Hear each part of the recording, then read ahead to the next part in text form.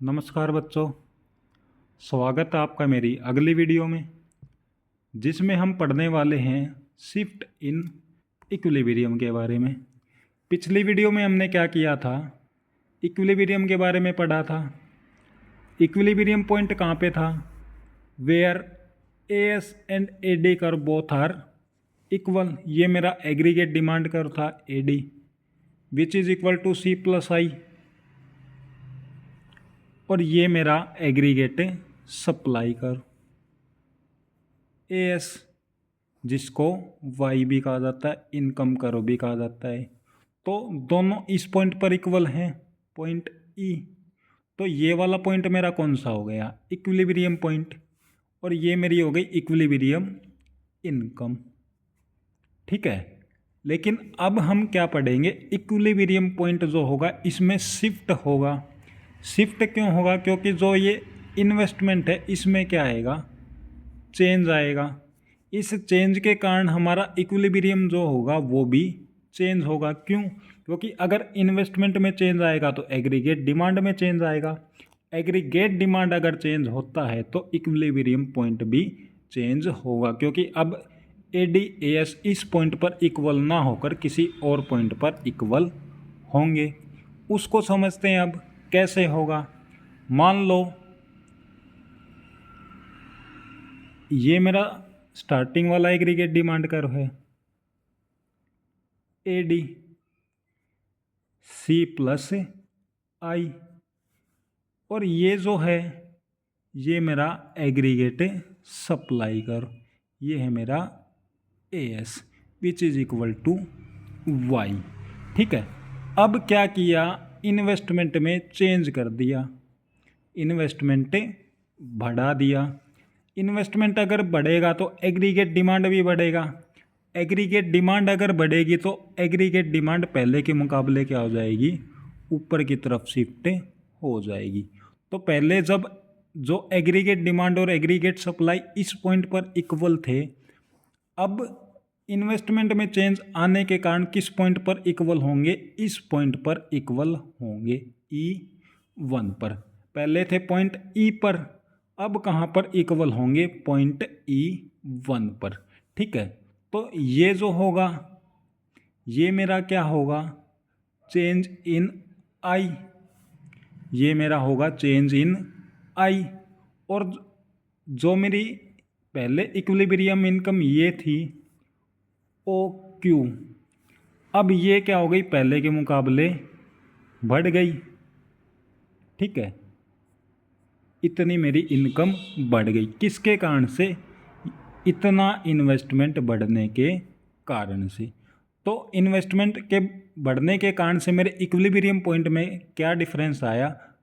मेरा equilibrium point पहले के मुकाबले ऊपर चला गया। ठीक है, यहाँ पर है ए डी, ये इनकम, पहले मेरी इक्विलिब्रियम इनकम थी ओ क्यू, अब हो गई ओ क्यू 1। पहले के मुकाबले मेरी इनकम देखो बढ़ चुकी है। ठीक है, अब इसी में हमारा अगला टॉपिक बनता है इन्वेस्टमेंट मल्टीप्लायर का। इन्वेस्टमेंट मल्टीप्लायर, इन्वेस्टमेंट मल्टीप्लायर का क्या मतलब होगा बच्चों? जो मेरे ये इन्वेस्टमेंट में चेंज हुआ, इसके कारण से मेरी इनकम में कितना चेंज आएगा। ठीक है, इस चीज़ को मेज़र करना क्या कहते हैं? उसको इन्वेस्टमेंट मल्टीप्लायर। तो इन्वेस्टमेंट मल्टीप्लायर को के से डिनोट किया जाता है। ठीक है, तो के का फॉर्मूला क्या होगा? Change in Y divide by change in I. जिस भी चीज़ में चेंज आएगा वो ऊपर, और जिस भी कारण से आएगा वो नीचे।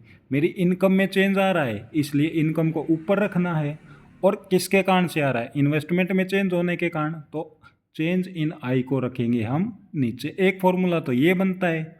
दूसरा फॉर्मूला क्या है इसका? 1/1 minus MPC।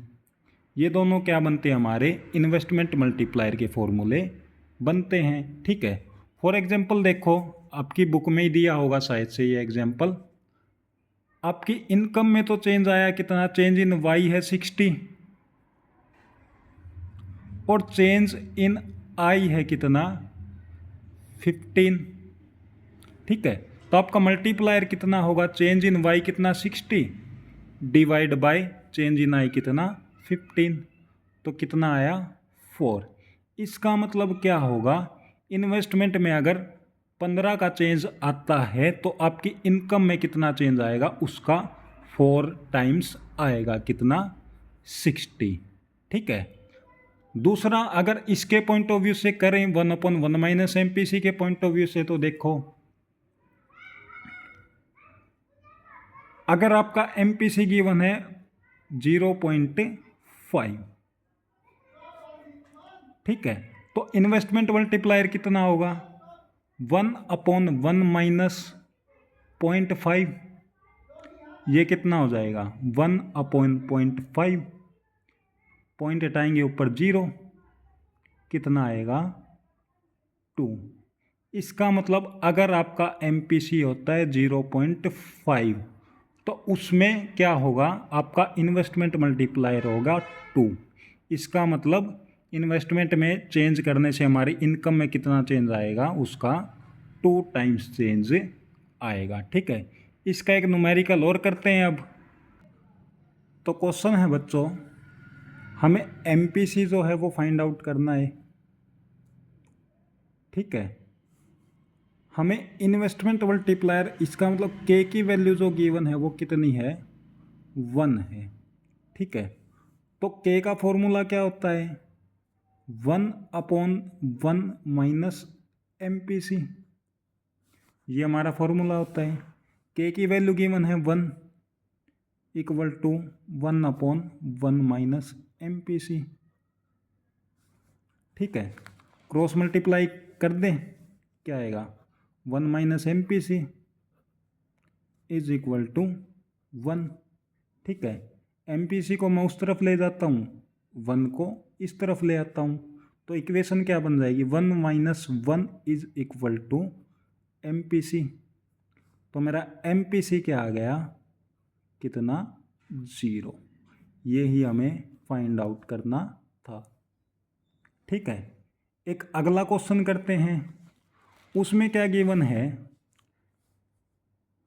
In an economy, एक इकोनॉमी में जो है एडिशनल इन्वेस्टमेंट किया जाता है, मतलब चेंज इन आई किया जाता है, जिसको हमें फाइंड आउट करना है अब। ठीक है, जब MPC जो है वो गिवन है कितना, MPC गिवन है 0.5। ठीक है, और चेंज इन आई गिवन है कितना 1000। तो अब इसने पूछा कि भाई चेंज इन आई कितना आएगा, इन्वेस्टमेंट में कितना चेंज हुआ। तो देखो बच्चों, K का फॉर्मूला इन्वेस्टमेंट मल्टीप्लायर का, change in Y divide by change in I, एक तो ये होगा, दूसरा होगा K is equal to 1/1 minus MPC। ठीक है, MPC हमें गिवन है, हम फॉर्मूले में रख सकते हैं, जिससे हमारे पास क्या आ जाएगा, इन्वेस्टमेंट मल्टीप्लायर आ जाएगा। रखते हैं 1/1 माइनस 0.5 0.5, ये हमारा कितना आ जाएगा 1/0.5, पॉइंट हटाएंगे ऊपर 0, 5 से काटेंगे कितना 2, तो K की वैल्यू हमारे पास कितनी आ गई 2 आ गई।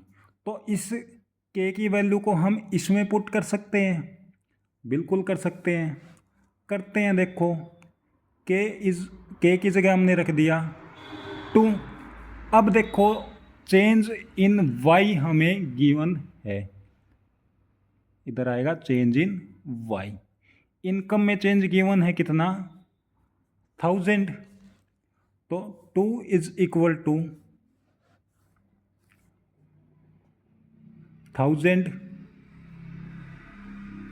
Divide by change in I, cross multiply कर दें, कितना 2 change in I equal to 1000।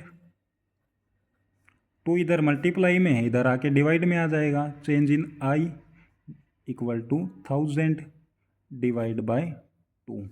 तो चेंज इन आई हमारा कितना आ गया 500, और ये ही हमें फाइंड आउट करना था। ठीक है बच्चों, तो आज हमने कर लिया शिफ्ट इन इक्विलिब्रियम और इन्वेस्टमेंट मल्टीप्लायर के बारे में। इस टॉपिक से क्वेश्चन आ सकता है पेपर में 2 से 3 नंबर का न्यूमेरिकल। ठीक है बच्चों, आगे आपको कोई भी टॉपिक चाहिए हो वो कमेंट में ज़रूर बताएं। ठीक है, आगे हम इससे अगला टॉपिक करने वाले हैं excess demand and deficient demand के बारे में। आज के लिए इतना ही, धन्यवाद।